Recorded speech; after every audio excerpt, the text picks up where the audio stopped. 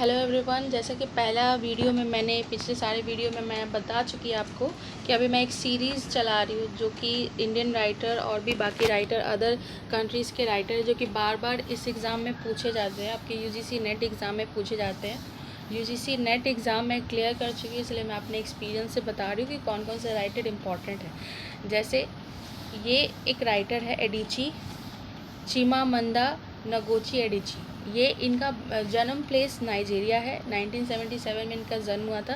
ये Nigerian writer है, novelist है, पोएट है, एसेइस्ट है, प्ले राइट है और वो भी पोस्ट कॉलोनियल फेमिनिस्ट लिटरेचर से रिलेटेड है। सो ये आप याद रखिएगा, ये नाइजीरिया के हैं। और इनका सबसे पहला नोवेल था पर्पल हिबिस्कस जो कि 2003 में पब्लिश किया गया था।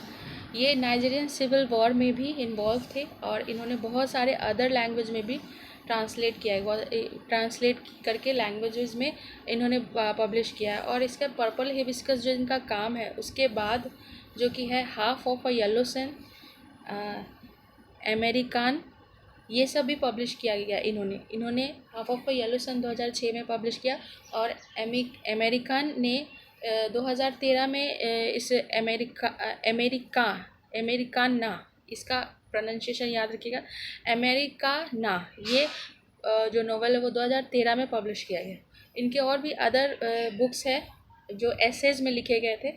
सो इम्पॉर्टेंट चीज़ों को हम लोग देखेंगे। हमें सभी कुछ नहीं पढ़ना है नेट में, हमें बस उतना ही पढ़ना है जो हमें पूछे जाते हैं। सो इनके नोटेबल वर्क्स को याद रखिएगा।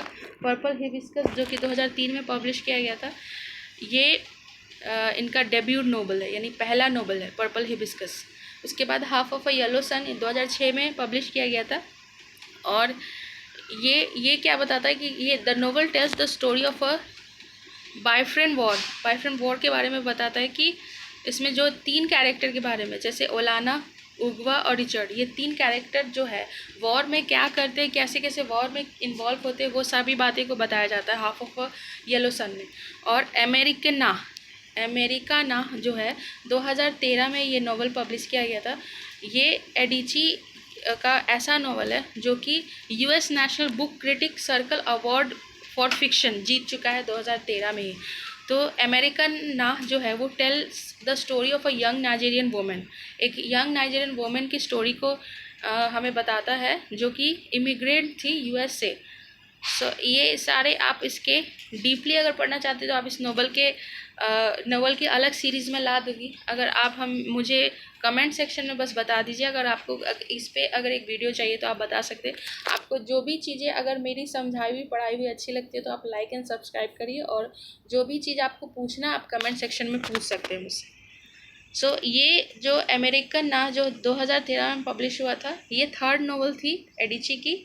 सो ये याद रखेंगे हम। और उसके बाद उतने कोई ऐसे तो बहुत सारे उन्होंने पब्लिश किया बुक्स को और नोवेल को, लेकिन यहाँ पर याद रखेंगे कि मुझे इम्पॉर्टेंट कौन सा है वो बस याद रखना है।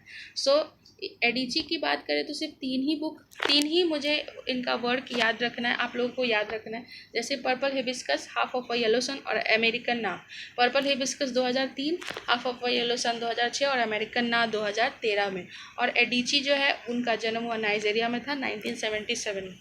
ये राइटर भी थे, नोवेलिस्ट भी थे, पोएट भी थे, एसेइस्ट भी थे और प्ले राइट भी थे पोस्ट कॉलोनियल फेमिनिस्ट लिटरेचर में, और ये नाइजीरिया के थे। So this is the important fact जो मैंने आपको बता दिया। Thank you so much for watching this video. अगर आपको अच्छा लगता है तो लाइक करें, सब्सक्राइब करें और शेयर कर दें।